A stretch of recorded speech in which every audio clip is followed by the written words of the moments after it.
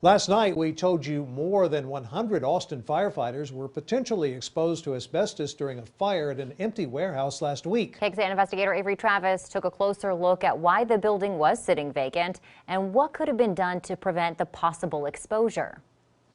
Michael Glenn knows fighting fires is a risky job, but some threats linger long after they extinguish the flames. It's almost never ending.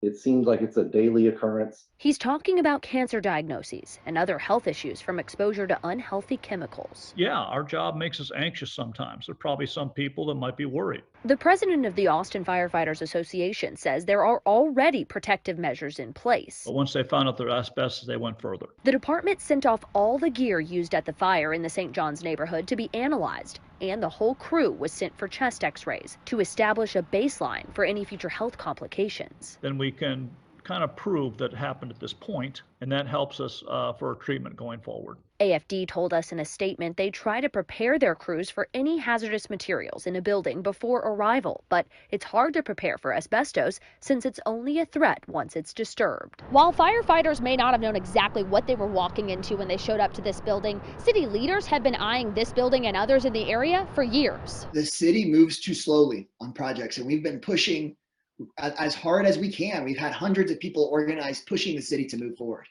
And in many ways, the decision made many years ago to buy this property without ever having the focus or the attention or the community support or the dollars to really renovate this property has allowed it to fall into disrepair. There's been a community-wide effort to transform these city-owned buildings into community green space and affordable housing. A city spokesperson told us it had recently been vacated by a film production studio renting the space. In fact, city building services staff was on site inspecting the day of the fire. Councilmember Kassar says this incident shines a spotlight on the urgency of the project. I'm really proud of the commitment of people not giving up on this. Avery Travis, KXAN Investigates.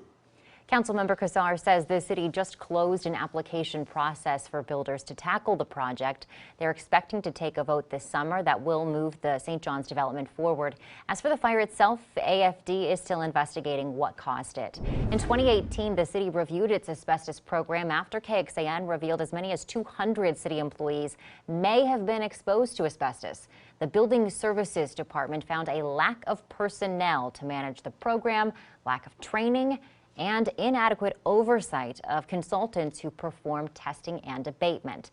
That included asbestos being disturbed at Austin Bergstrom International Airport in 2016. That was during the terminal improvement project. The city has since overhauled its policies.